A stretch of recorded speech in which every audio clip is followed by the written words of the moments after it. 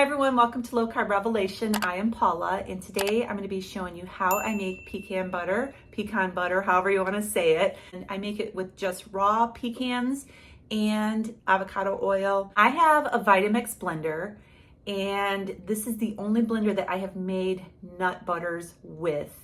I'm not sure how it works with other blenders. If you use a blender to make nut butter with that is not a Vitamix, I would appreciate it if you commented down below what brand you use, and that might help others out who are wanting to know if their blender works to make the nut butter or not.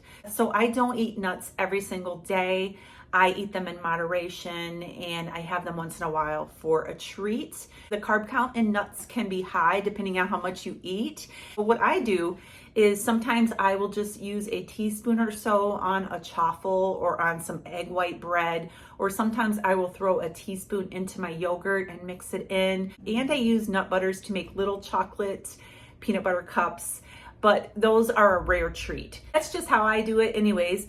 So I'm gonna go ahead and show you how I make my nut butter. I use these plain raw pecans that I get from Sam's Club. It is a 2-pound bag. It's a great deal for this many pecans. If you can buy them in bulk, that is great. So these are not salted. They are just raw, natural pecans. I am gonna roast them in my Z-Star. I'll show you how I do that. And then I'm gonna get them cooled off and get them over to the blender and show you how I blend them up. So I like to roast my pecans first because I feel like it just enhances the flavor and it brings out the oils a little more. So I have 2 cups of pecans in here. I am actually roasting these in my Z-Star air grill. You can do these in the oven at 350 degrees for about 5 to 7 minutes.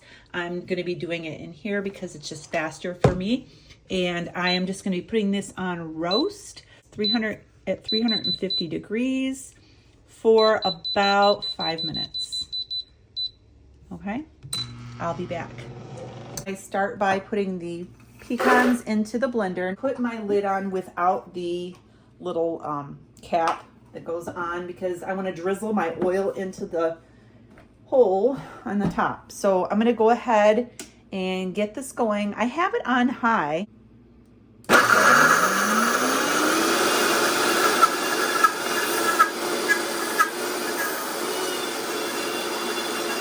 Stop, remove the lid, and do a little bit of a stir with a long wooden spoon just to kind of get the bottom off. It's already turning into a butter. It's only been about a minute. I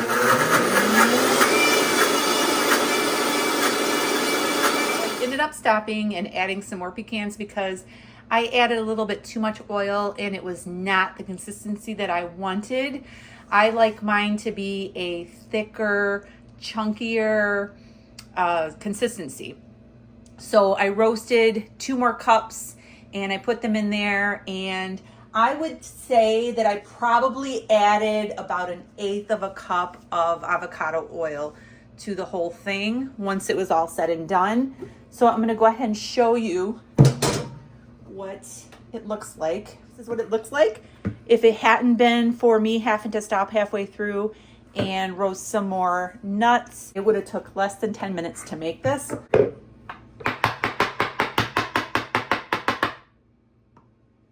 I actually have more in here. I'm gonna have to get another jar. Look at that. I have a beautiful jar of pecan butter and some more in here. Pretty easy to make pecan butter. You can also use this with almonds. You can use this recipe with peanuts or any other kind of nut that you want to make a nut butter with. I just recommend roasting them before you put them in the blender. So I have a chaffle here that I made and some of my delicious pecan butter. So I'm going to go ahead and take a bite. Delicious. I hope you enjoyed this video. Make sure you subscribe to my channel so you don't miss out on my future content. Give me a thumbs up because it really helps out my channel. I'll see you real soon. Have a great day and God bless.